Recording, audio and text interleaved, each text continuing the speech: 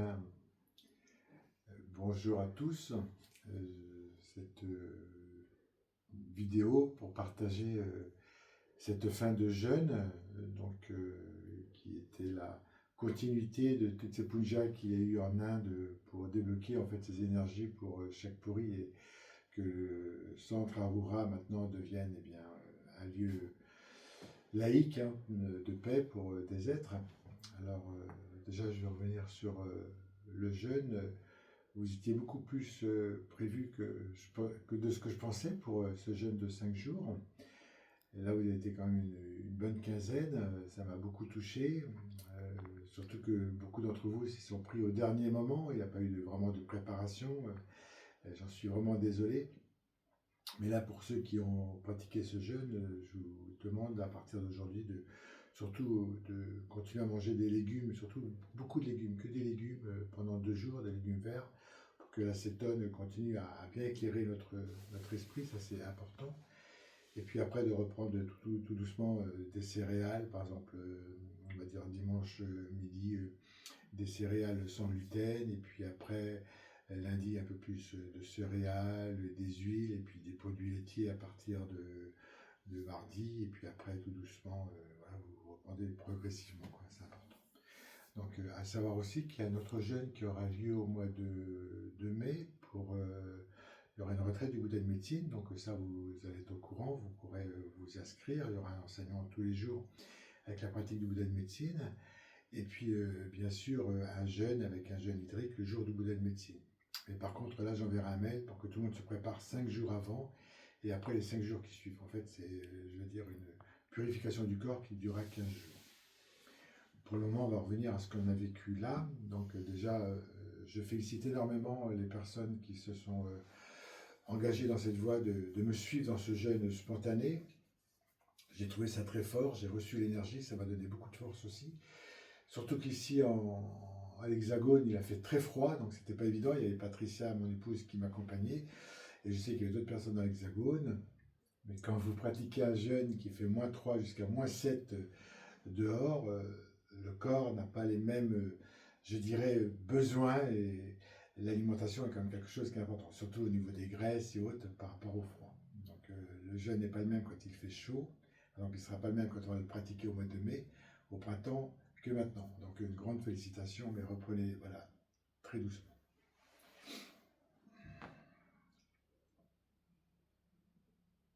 Ce jeûne a été vraiment, vraiment très profond.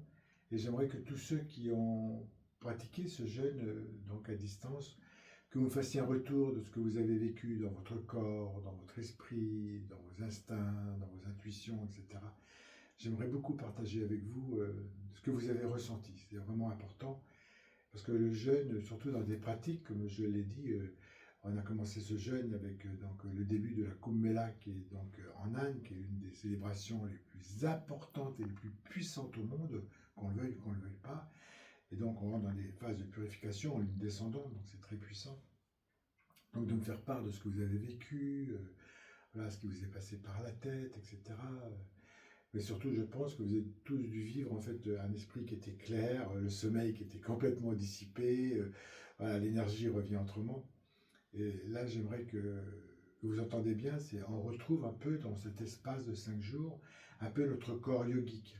Ce que j'ai envie de dire, c'est qu'en fait, on a un corps conformiste, c'est-à-dire qui est conforme à tout ce qu'on dit. Il faut se lever le matin, il faut dormir 6 heures, il faut dormir 8 heures, il faut déjeuner le matin, le midi, le soir. Enfin, vous voyez, tout ce conformiste, alors que notre corps yogique fonctionne autrement. Ça, j'y reviendrai plus profondément. Donc voilà, partagez, n'hésitez pas à envoyer un message à Yang Shenla, même si c'est une poésie assez longue, etc., que je comprenne que ce sera un partage qui est très intéressant, surtout pour le Bouddha de médecine qui viendra. Surtout que vous étiez nombreux, donc c'est bien. Pour ma part, en fait, c'est une continuité de travail intérieur, d'immense détachement. N'oubliez pas que la compréhension la plus pure, elle n'est pas dans la compréhension intellectuelle, elle est dans une compréhension intérieure, une compréhension qui touche l'instinct, qui touche la finesse, qui touche le subtil. on rentre dans un domaine de non-dualité qui est là où on s'aperçoit que notre vie, elle est interdépendante de beaucoup de choses et que, en fait, notre petit atome que nous sommes, eh bien, participe à un événement. Et bien souvent, notre être, eh bien, notre intellect nous amène, en fait, notre petit corps, notre atome, dans des domaines duels, en fait. Hein, et puis, voilà, ça crée, en fait, des côtés atomiques un peu. Voilà, ça explose, alors que notre atome, il est là pour réaliser des choses belles, le plus profond de nous. Et intérieurement, je ressens qu'il y a une grande paisibilité, alors déjà à l'intérieur de moi-même, donc peut-être que ceux qui ont pratiqué le jeûne et ceux qui étaient proches ont dû le ressentir, mais une grande paix dans dans cette compréhension, en fait, voilà, je ressens qu'en fait, nous sommes tous missionnés pour aider les autres encore plus. Et donc là, c'est vraiment ce que j'ai envie de vous partager au plus profond. J'ai vraiment envie de continuer ce travail, d'aller à l'intérieur encore plus profondément, ce travail de Prajnaparamita. On dit que la sagesse intervient lorsqu'on a touché la folie. En fait, pendant ces 5 jours de jeûne, je me suis aperçu que j'ai traversé une période de folie, une période où j'ai donné, je ne savais pas faire autrement que donner, distribuer, bénir, etc. Et puis là, il y a une petite voix qui me dit, mais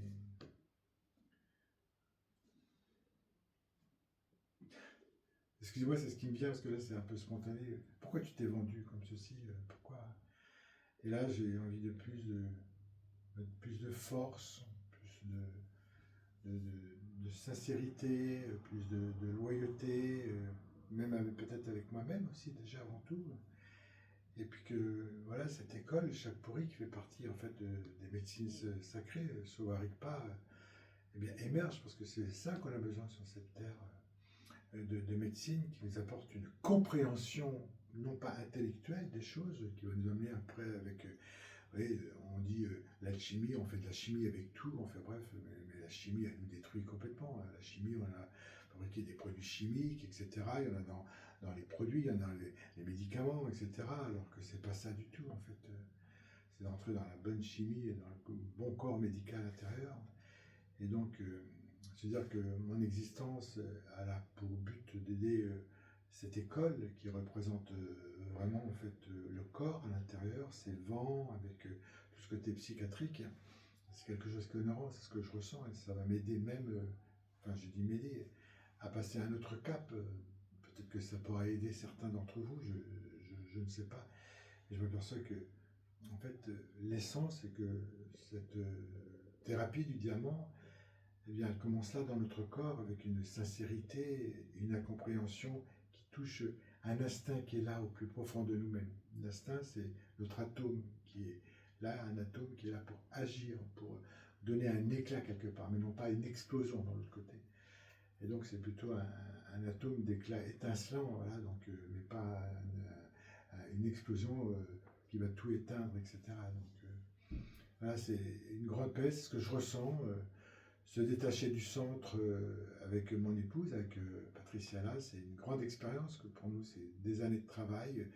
Peut-être justement, dans ce que je disais tout à l'heure, une volonté, peut-être une illusion que j'ai eue de croire dans ce projet, mais qui amène en fait dans la finalité, en fait, voilà, peut-être une éclosion, j'espère vraiment, vers cette médecine sacrée. Et ce que j'aimerais partager, c'est nous sommes vraiment notre thérapeute au plus profond de nous-mêmes. Nous sommes notre thérapeute d'une certaine manière. On a tout le nécessaire avec la respiration, avec la méditation pour vraiment toucher voilà, le plus profond de ce que nous sommes. Et à ce sujet, je vais envoyer à Yang Shenla un YouTube sur la non-dualité. Est-ce une arnaque? Je vous demande, ça dure 18 minutes sur YouTube. Je vais vous la faire passer par Yang Shenla. Et écoutez bien, c'est très intéressant et une vérité immense. Ça m'a touché ce matin quand j'ai écouté ça. C'est immense. Et à écouter et à réécouter. Et vous allez peut-être réécouter peut-être l'enseignement qui est donné. Donc dans la continuité, voilà les nouvelles. Maintenant, c'est dans la paix, dans la tranquillité, qui va très bien avec cette année du serpent de bois qui arrive. Donc beaucoup de paix, beaucoup de tranquillité, je ressens au fond de mon corps ce jeûne, tout ce travail, tout ce souhait que j'ai émis de créer une puja m'amène à un grand tournant, comme j'ai dit, comme le passé, le centre, mais j'ai un enthousiasme, une volonté, une vision qui est complètement différente dans l'amour, mais pas dans l'amour attaché à quelque chose ou à une personne ou quoi que ce soit. C'est un amour qui touche l'interdépendance. C'est-à-dire que voilà, ce jeûne était vraiment, vraiment bénéfique. Et j'ai beaucoup ressenti tous ceux qui se sont inscrits justement. Donc, eh bien cette force qu'il a fallu donner en fait, parce qu'il y a une abnégation derrière quand on pratique un jeûne. Il y en a qui devaient travailler, ils ont pris ce jeûne spontanément. Je reviens, nous ici avec le froid, etc. Donc cette abnégation, on oublie un peu trop ce côté d'abnégation, que cette abnégation peut être une libération. Et là, mon souhait, c'est que cette libération en fait se réalise au niveau du centre, qu'il y ait des êtres, des beaux êtres en fait qui puissent bénéficier de ce lieu, et que chaque puri, et que cette école de médecine, de médecine profonde, du Bouddha de médecine, de cette thérapie du diamant, eh bien, puisse être vraiment, je dirais, au service en fait du monde. Voilà mon message, mon ressenti, c'est beaucoup de quiétude, beaucoup de paix, de tranquillité, puis une continuité de détachement très profond. Voilà, très profond. Voilà, je vis quelque chose qui est nouveau, et je pense que c'est ça quand on rentre dans la compréhension intérieure. C'est nouveau, mais il y a le respect de vous. Je sens qu'il y a une interdépendance aussi avec les étudiants très fidèles, très proches. Et je le vis profondément, et j'ai envie de le vivre aussi pour vous, parce que je pense que ça ouvre des portes pour les autres. C'est pas par égoïsme ou par fuite ou par moi-même, c'est ce que je ressens vraiment au plus profond. C'est une grâce très très très forte de ressentir en fait dans cette indépendance l'amour des autres. Là, je vois même par rapport où je vis dans le quartier avec mes petits voisins. Là, l'autre jour, j'ai un petit voisin qui est en face, qui a perdu son épouse très jeune il n'y a pas longtemps. Et je lui ai dit, écoute, si tu as besoin de parler, tu viens me voir. Et puis il m'a pris les mains comme ça, il fait, tu es un amour. Mais il est pilote de ligne, on se voit, il me suit un peu comme ça, il sait qui je suis. Mais tous ces mots, et puis ce respect et cette beauté. Donc il y a vraiment quelque chose au fond de nous-mêmes qui est au-delà du lâcher-prise, c'est dans l'abandon. Et j'aimerais vraiment que vous compreniez que la compréhension ne passe pas par l'intellect, mais passe par l'intérieur. Et que ce détachement, et que à l'intérieur de nous-mêmes, il y a cet atome qui va réveiller de la chimie à l'intérieur de nous-mêmes. Eh bien, c'est un atome qui est vivant et qui est vraiment pour une continuité d'apporter du bien à ce qui est là dans la vie. C'est pas que la vie humaine qui doit être heureuse, c'est tout ce qui nous est autour. Et je pense que le mot amour, comme j'ai dit tout à l'heure, le mot amour, il est là. Voilà où j'en suis, et j'espère que le son va aller dans ce domaine avec Tinella, Rinpoche. Voilà, on est maintenant dans la période silencieuse, on attend, nous observons, donc je vous tiendrai au courant. Voilà, donc tranquillement, je vais continuer ce travail intérieur très très très profond. Et comme je l'ai déjà dit, je serai à la maison d'Arura à partir du 29 janvier jusqu'au 2 février pour le Bouddha de médecine. Et puis de là, je donne des enseignements, voilà, de léguer des enseignements profonds, d'aller au fond de soi. Voilà ce que j'aimerais vous partager. Ce que j'aimerais dire, c'est plus on va dans la compréhension de cet instinct atomique à l'intérieur de nous-mêmes, et plus le je sais s'efface, ça ne passe plus par de l'intellect et autres, ça passe vraiment par une vibration très très très particulière. Ça touche une connaissance, une expérimentation, oser aller là, dans son intrépidité, dans sa folie. Et je pense que la sagesse, elle est là, c'est quand on a touché son intrépidité et sa folie. Voilà le partage que j'ai à vous donner. Je ne sais pas si ça vous sera utile. Vous pouvez toujours laisser un commentaire, parce que ça je le relis par YouTube. Laisser un petit commentaire, et tout simplement. Voilà, donc, et ceux qui ont fait le jeûne aussi, un commentaire.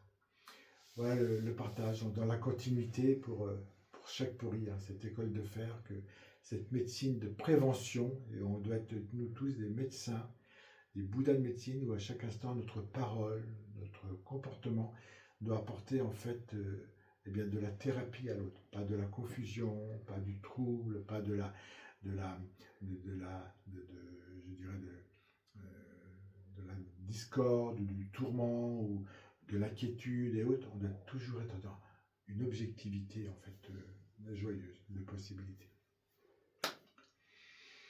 Voilà, je vous ai parlé avec mon corps, c'était pas du tout réfléchi, voilà, donc c'est spontané. Et j'ai envie d'être maintenant dans cette voie d'intérieur de spontanéité.